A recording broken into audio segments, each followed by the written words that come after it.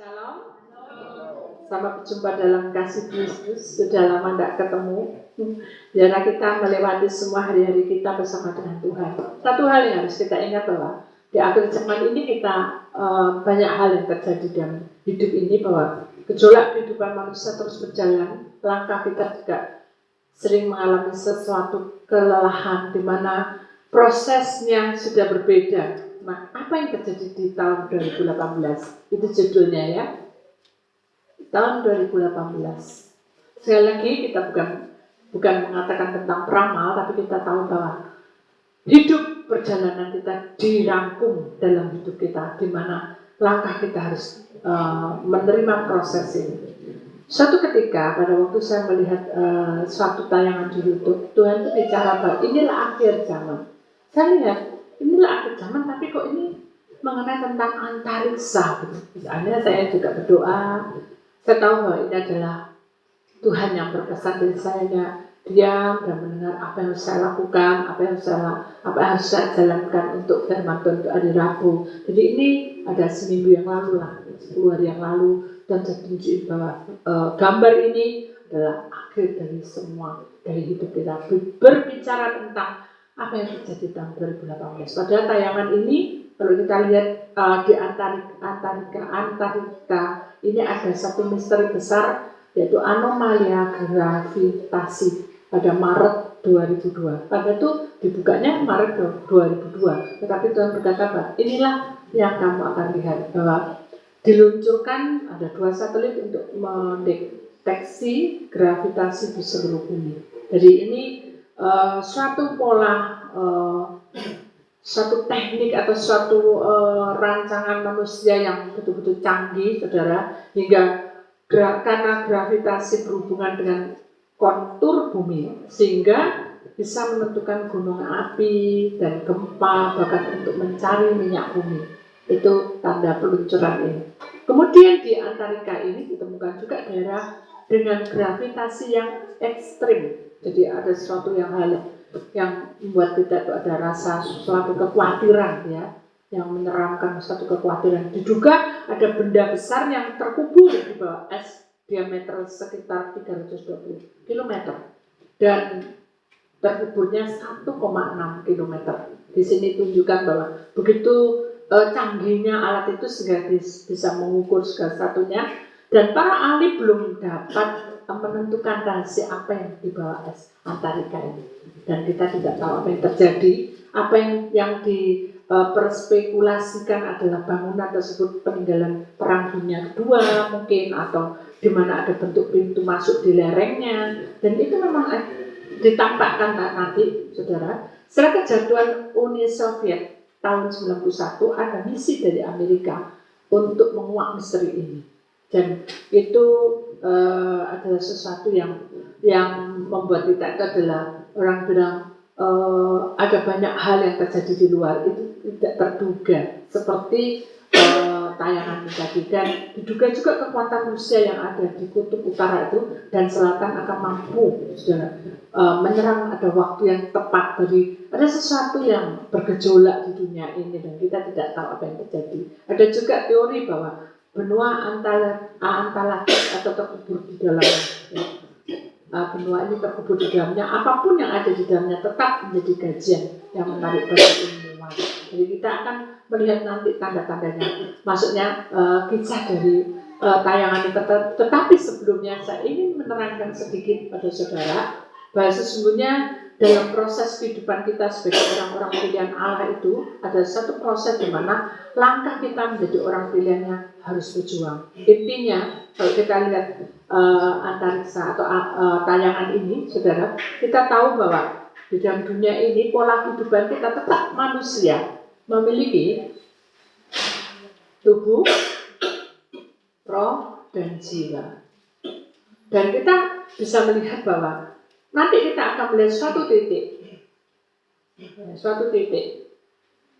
di tengah-tengah ini yang menunjukkan bahwa suatu pusat dari segala-galanya.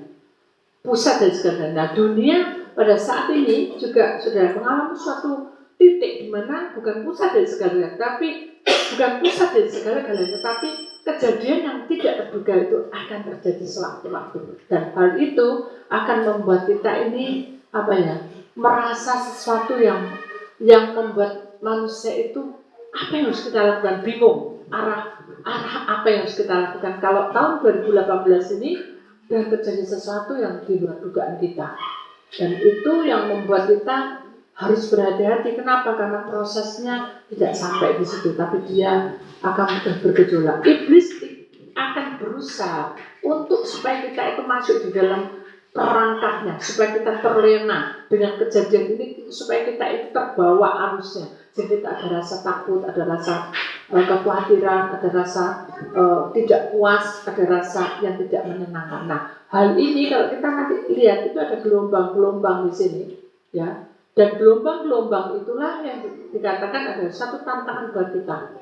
Sampai di dalam ilmuwan ini menunjukkan bahwa dunia itu dilihat dari laut kayak gini, dari sampai kayak gini, dari atas kayak gini. Nah, itu sudah tampak betul bahwa dunia ini tumbuh gitu, penonjol itu tumbuh gitu saja, dan kita tidak bisa memprediksi apa yang terjadi. Jadi alam itu tumbuh begitu cepat. Demikian juga tubuh roh jiwa itu, kita tuh seperti itu, saudara. Hidup lingkup kita tuh seperti itu sampai pada titik jenuhnya, di mana seperti tempat ini diterangkan bahwa di situ ada seperti tempat pegunungan es atau tempat yang beku itu akan bisa menjadi cair tiba-tiba dan bisa terjadi sesuatu yang ilmuwan juga tidak tahu apa yang terjadi. Sama pada waktu kita memiliki titik jenuh dari pusat semuanya itu, kita akan mengalami gejolak-gejolak. Dari gejolak itulah kita sadar bahwa hidup kita ini seperti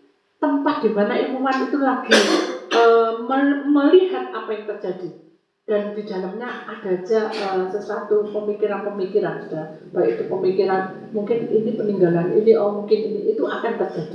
Demikian juga kita tidak mungkin dengan kejadian yang kita hadapi itu, mungkin ini karena peninggalan, bukan. Mungkin kita juga berpikir mungkin kita punya untuk dari turunan, mungkin kita juga punya sesuatu perkara yang membuat kita itu jenuh. Kenapa? Karena prosesnya itu bertubi-tubi datang, sehingga dia pikir ini mungkin karena dosa dari orang tua. Ini mungkin juga karena aku punya pelanggaran ini. Nah, itu akan terjadi. Kenapa? Karena tahun 2018 ini pusat itu adalah pusat hidup kita, di mana tubuh roh jiwa kita ini diserang semuanya sama-sama. Nah, itu akan menghadapinya, sehingga nanti akan terjadi sesuatu yang di luar kemampuan kita, di mana hidup kita ini nanti seperti program aja terjadi, saudara, terjadi. Di program terjadi, ya, hidup kita ini seperti dikacau balaukan, ya saudara, dibagi menjadi 3 bagian. Ini keadaan alam, ya, dibagi lagi menjadi 3 bagian. Ini keadaan tubuh kita, dibagi lagi menjadi 3 bagian. Ini keadaan roh kita, dibagi lagi menjadi 3 bagian. Ini menjadi jiwa kita. Jadi akan menyatu menjadi titik pusat di sini, dan manusia ini akan digoncang-goncangkan dengan permasalahan ini aja, muter-muter ya itu. Jadi kita tidak bisa lari kemana-mana. Kita ini sudah terikat dengan lingkaran ini, di mana lingkaran itu terus berputar, dan terus hidup berputar. Nah, hal itu harus kita ketahui bahwa titik jenuh ini akan kita hadapi di tahun 2018. Nah, sekarang apa yang harus kita alami? Apa yang harus kita lakukan? Apakah kita berdiam diri? Ataukah cukup kita hanya menyembah? Apa kita cukup hanya melayani Tuhan? Atau kita cukup untuk memberi bagian kita pada panti asuhan saja? Mari kita lakukan yang terbaik tahun 2018. Nah, kita lihat tayangan dulu, nanti kita akan masuk dalam firman Tuhan. Kita akan lihat sebentar saja tayangan itu. The Wilkes-Land gravity anomaly is seldom spoken about in the ufology community. However, sitting deep under an ice shelf of this isolated part of Antarctica lies one of the greatest mysteries on Earth. This is known as the Wilkes-Land gravity anomaly. In March of 2002, the rocket launch vehicle blasted off, launching the Plesetsk spaceport. While in orbit, it launches its payload, which consists of 2 satellites known as the Grace twin satellites. The purpose of the GRACE satellites was to monitor the overall gravity of the Earth. Specifically, it was used to find what are called gravity anomalies, or locations on the Earth where the gravity is actually different from the rest of the planet.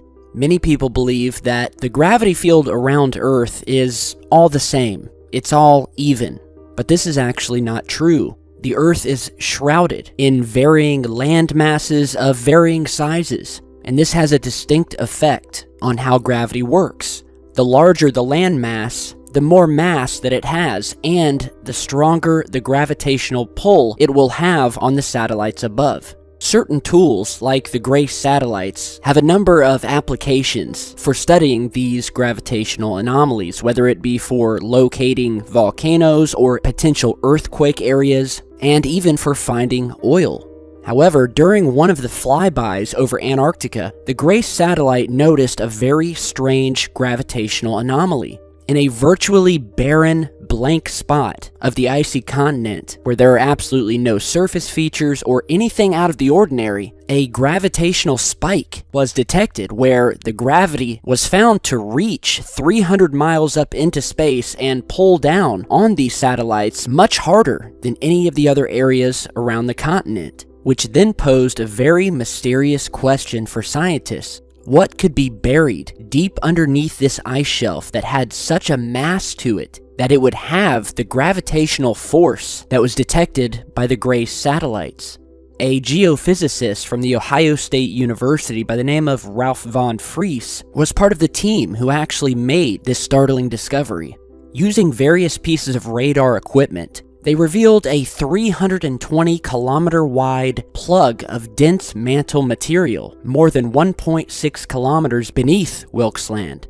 This mass concentration, or mascon, can be caused by an upswelling of denser material from the Earth's mantle after a massive impact. So this was their first clue, that this very well could be a massive impact crater of some sort.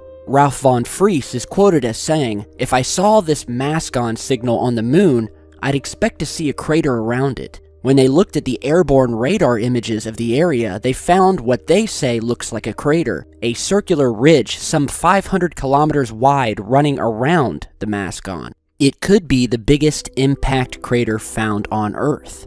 The region of dense rock is certainly circular, but other researchers say that this thick mass could have been caused by volcanic magma that had swelled up from the deep, creating this mass.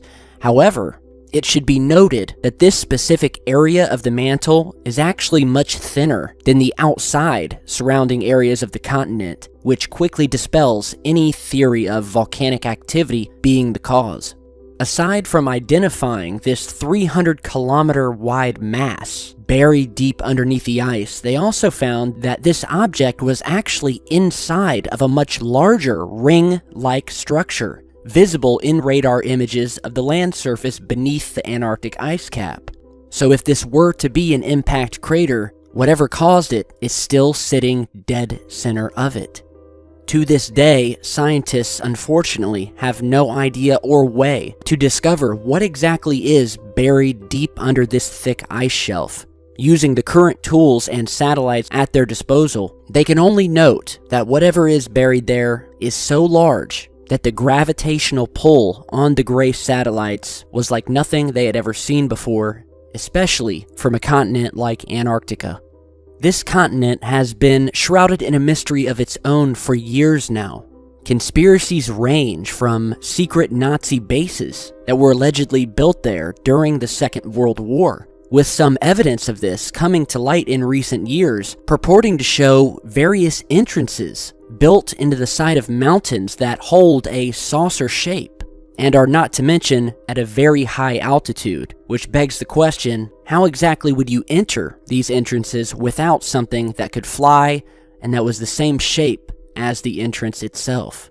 After the Soviet collapse in 1991, the KGB released previously classified documents that shed light on the infamous Operation High Jump, which revealed that the United States Navy sent numerous expeditions to Antarctica for mysterious purposes. Operation High Jump, officially titled the United States Navy Antarctic Developments Program, was a United States Navy operation back in the 1940s organized by Rear Admiral Richard E. Byrd. The operation commenced on August 26, 1946 and ended in late February 1947. The task force contained over 4,000 men, 13 ships, and 33 aircraft. Even though the public reason for the operation was to, quote, establish the Antarctic research base, Little America, many believe its true purpose was to investigate an entrance found toward the center of the continent that may have led to an inner Earth. Much of this information has come from Mr. Byrd himself, with tales of having his Navy fleet attacked by saucer-shaped craft that burst out of the icy oceans, nearly destroying his entire fleet before finally escaping. Admiral Byrd was later quoted as saying that our primary threat here on Earth isn't the Russians, but from something located down near the South Pole that have the capability of attacking North and South America at will and with very little warning. Some have theorized that the lost continent of Atlantis may be hidden under the thick icy shelves of the continent. Whatever your theory is, one thing we know for sure is that Antarctica has long been an enigma of the research community and will continue to be for the foreseeable future. And what exactly is buried deep below the surface of Wilkes Land? Unfortunately, we may never know.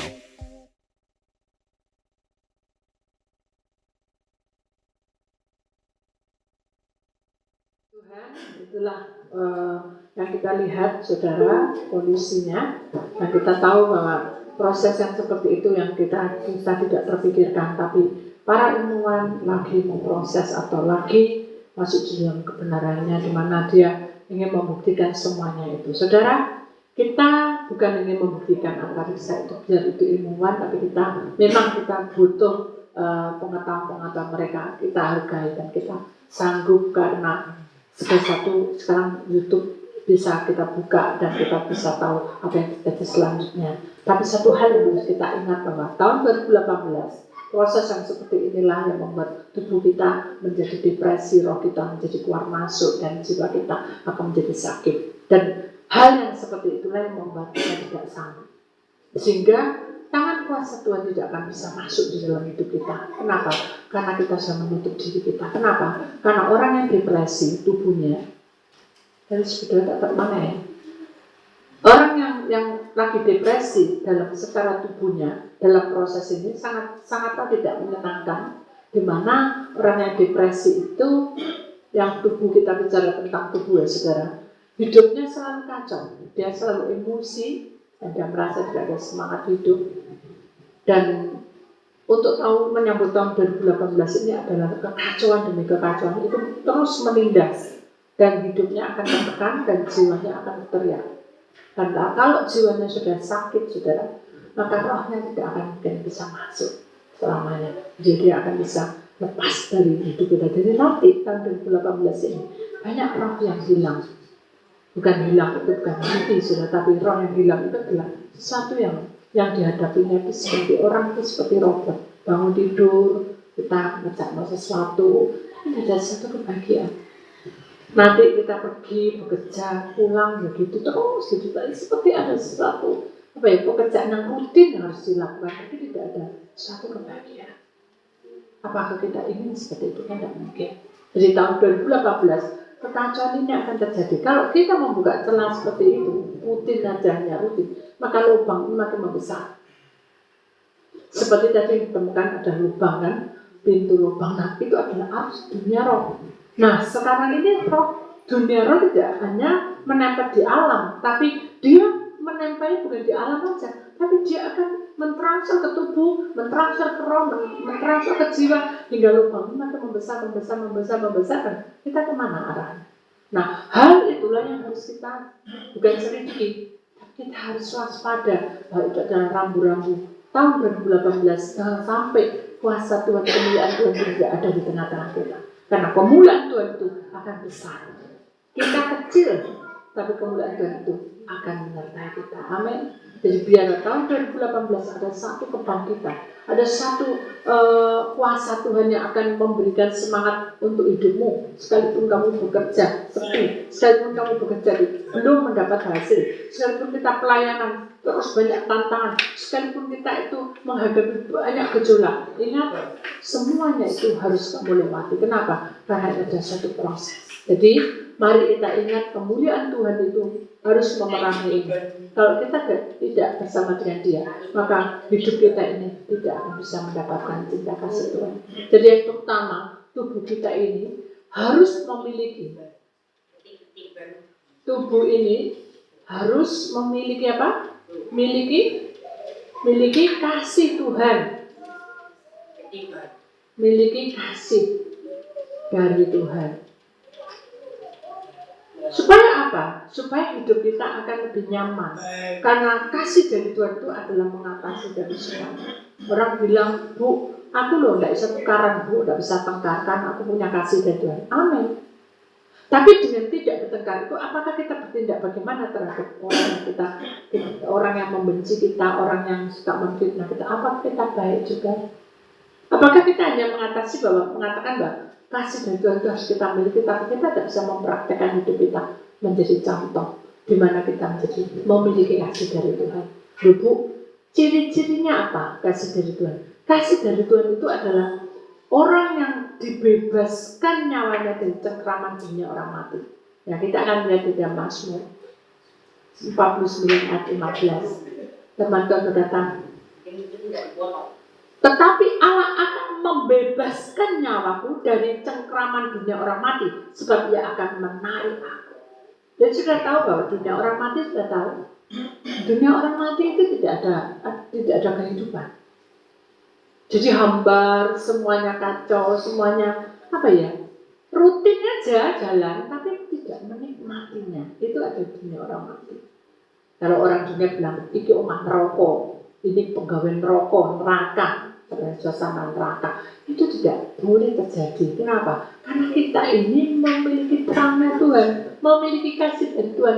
Kasih dari Tuhan itu yang akan menunjukkan terang itu. Kenapa? Karena kalau kita tidak bisa memiliki kasih dari Tuhan, maka kita tidak akan mengalami jalan salib. Kadang-kadang pikiran kita ini, otak kita itu penuh dengan masalah, betul enggak? Masalah satunya belum selesai, kemasukan otak kita ke masalah kedua. Masalah kedua belum selesai, otak kita kepikiran tambah lagi ini. Pokoknya kalau orang itu sudah campur aduk jadi satu. Ingat, nah itu sih pinama kuti pinama halaras. Ketika kamu memiliki pikiran yang terbeban berat, aku sudah menebus hidupku dengan darahku. Bahkan mahkota diri sudah menancap di dalam kepalaku, menandakan tentang pikiran kita yang kotor, yang tidak mampu, yang berkata yang tidak benar, karena masalah tertekan, depresi itu dibuang sama Tuhan. Karena dengan mahkota itu kemenangan jadi bagian kita. Jadi mahkota duri itu menandakan penggantian dari hidup kita. Pikiran-pikiran yang beban berat itu sudah diangkat sama Tuhan. Kita harus iman. Kemudian kita harus tahu bahwa seringkali hidup kita 24 jam kita tidak bisa hidup benar. Tetapi ingat, Tuhan tidak memperhitungkan permasalahan itu. Dan Tuhan mau adalah nyawamu itu selama sama aku, roh jiwamu itu menjadi bagianku. Jadi intinya, kalau hidup kita bersama Tuhan, proses dunia itu akan berjalan. Bagaimanapun rusaknya, bagaimanapun fotonya, bagaimanapun kebahagiaan, bagaimanapun indahnya suasana apapun, kalau itu hanya dunia sementara ini, maka itu adalah fana. Aku di sini seger, ya cuma sementara. Begitu pulang suntuk lagi. Ya contoh seperti saya kalau saya jenuh gitu saja. Cari ini gak ketemu, cari ini, ya kadang di depan rumah gitu. Lihat ada sesuatu yang menyegarkan, oh enggak ada sama sekali. Bahkan rokok enggak benar, uang masuk. Jadi cari, ya mungkin ada binatang, ada burung, burungnya gak ngoceh-ngoceh, gak ngomong-ngomong. Aduh, kenapa ini? Malah burungnya mengeluh. Aduh, aku ini berapa hari enggak ada yang nyuci, katanya kandangnya kotor semua dulu ya, PR. Dan itu capek itu saudara. Aduh, capek-capek itu bersihin kandang, sudah tak serahkan sama Tuhan, aku tahu harus mengalir, saya harus mengalir. Ya, akhirnya ada beberapa orang, ayo kita pergi, akhirnya kita pergi ke suatu tempat, ya sekarang bilang katakan tempat dia bukit yang tinggi, yang tinggi, yang enak, semua senang, seger semuanya senyum, karena di situ memang menyegarkan, di udara dingin kan, di pegunungan kan seger. Begitu pulang, di tengah jalan belum sampai di rumah, roh yang tabrakan, tolong ya aku, bantu aku tuh lo punya jumlah susu di sini, pusing juga, terima sedu ya apa gitu kan, dengerin. Nanti ada lagi orang di pinggir jalan itu saudara, ternyata dia dibuang begitu saja, dia nangis soalnya, lo itu juga beban buat kita. Tapi saya bilang sama Tuhan, apa itu? Mengalir. Doa kan mengalir, saya mau doa, tapi kan namanya orang ketemu gitu-gitu kan sedih enggak? Sedih. Jadi kembali lagi tubuh ini memang tidak bisa 100 atau 1000% bahagia, tapi ingat ketika kita punya kasih Tuhan kita bisa tata, bisa kuat. Kenapa? Karena Tuhan yang menembak hidup kita. Dia itu yang membalut luka kita. Dia itu dengan kasih yang tulus dia terima kenyataan hidup kita apa adanya. Itu yang membuat kita bangga, kita punya. Jadi saudara, biarlah dalam kondisi bagaimanapun, seringkali pelanggar itu menjadi dosa. Dosa itu tidak akan diam, hingga dia akan merasuk dalam hidup kita. Tapi Tuhan katakan, oh iya, izinkan aku membasuh kalian. Pada waktu murid Tuhan Yesus kan 12, dia tahu bahwa nanti siapa yang mengkhianati, siapa yang menjual, dia dengan 30 kepala tahu semua. Tapi Tuhan bilang, biarkan aku membasuh kaki. Jadi ketika kita punya dosa yang merasuk itu, Tuhan belajar mengajar kita untuk belajar mengampuni, belajar untuk melayani dengan sungguh-sungguh. Itu menyakitkan, saudara. Menyakitkan. Kenapa? Karena kita harus baik, sungguh-sungguh tulus. Dan selanjutnya nanti kita akan digambar oleh bilur-bilurnya, oleh darah Tuhan yang kudus itu kita dimintai, kita hidupkan menjadi kebahagiaan yang luar biasa. Kemudian tidak hanya itu, seringkali kita 24 jam itu satu hari aja kita melanggar, tidak tahu berapa kali. Apalagi sama 1 tahun 2017 yang lalu sudah entah berapa kali kita mengkhianati Tuhan. Tapi Tuhan tetap mencintai, dia tetap mengasihi. Sehingga kita seharusnya tanya, mengapa setiamu itu Tuhan tetap setia padaku? Nulis kita, karena aku mencintai. Nukri itu karena aku menunggukan supaya kamu mengasihi. Itulah yang membuat panggilan itu sungguh-sungguh kita tidak bisa memahami cintanya Tuhan. Tapi satu hal yang kita tahu, kesetiaan Tuhan mengangkat hidup kita untuk menjadi bujang. Kita sadar bahwa tahun 2012, tahun 2018 ini adalah bagian dari hidup kita. Kita harus rela dihina, dicaci. Kenapa? Karena dia sudah rela berkorban untuk kita. Dan nyanyi katakan juga, apakah aku sanggup membalas kasih dan setiamu? Bisakah kita sanggup tahun 2018 untuk melangkah bulan maju lagi, untuk melaju ke depan, masa depan kita bersama Tuhan? Dan sebagaimana adanya David, aku berserah padamu. Bisakah kita berkata bahwa aku serahkan semua hidupku pada Tuhan? Kalau kondisi kita sekarang lagi menurun tahun 2018, roh ini harus menurut dengan siapa? Sesuai dengan apa? Firman Tuhan. Loh ya apa Bu, saya tahu, ya ikuti. Kalau Tuhan bisa mengampuni, ampuni. Kalau Tuhan pada waktu itu berkata bahwa kamu harus bekerja keras, itu sesuai dengan firman Tuhan. Dan kalau Tuhan bicara, no, itu sikap mana Pak? Sabar kamu. Sampai kamu kapan sabar? Enak gitu ngomong sabar. Saya ngelakuin soro ya, itu manusia. Saya juga demikian Pak Tuhan bilang sabar. Terus sampai kapan? Nah itu jadi roh ini menurut, tapi harus sesuai dengan firman Tuhan. Jangan nurut tok. Kalau nurut tok nanti jemu, lubangnya makin membesar. Kemudian kalau tubuh roh ini menyenangkan hati Tuhan, maka otomatis jiwa kita akan mendapat bagian. Apa bagiannya? Bagian dari Tuhan. Bagian Bagian dari Tuhan apa? Kita milik Tuhan. Sepenuhnya kita milik Tuhan. Apa yang Tuhan miliki itu adalah menjadi bagian. Amin. Biar kita sadar bahwa hidup kita harus berjuang. Itulah firman Tuhan dan kita tahu bahwa selama kita milik Tuhan, Tuhan pasti memberkati hidup kita. Selama kita memiliki cintanya Tuhan, Tuhan pasti membuka tingkah-tingkah langitnya akan dicurahkan untuk ujian berkat kita. Biarkan tahun 2018 adalah langkah wujud kita untuk mencintai Tuhan lebih dalam lagi. Mari kita akan nyanyikan satu lagu bagaimana Tuhan bernyanyi tentang cinta kasih Tuhan.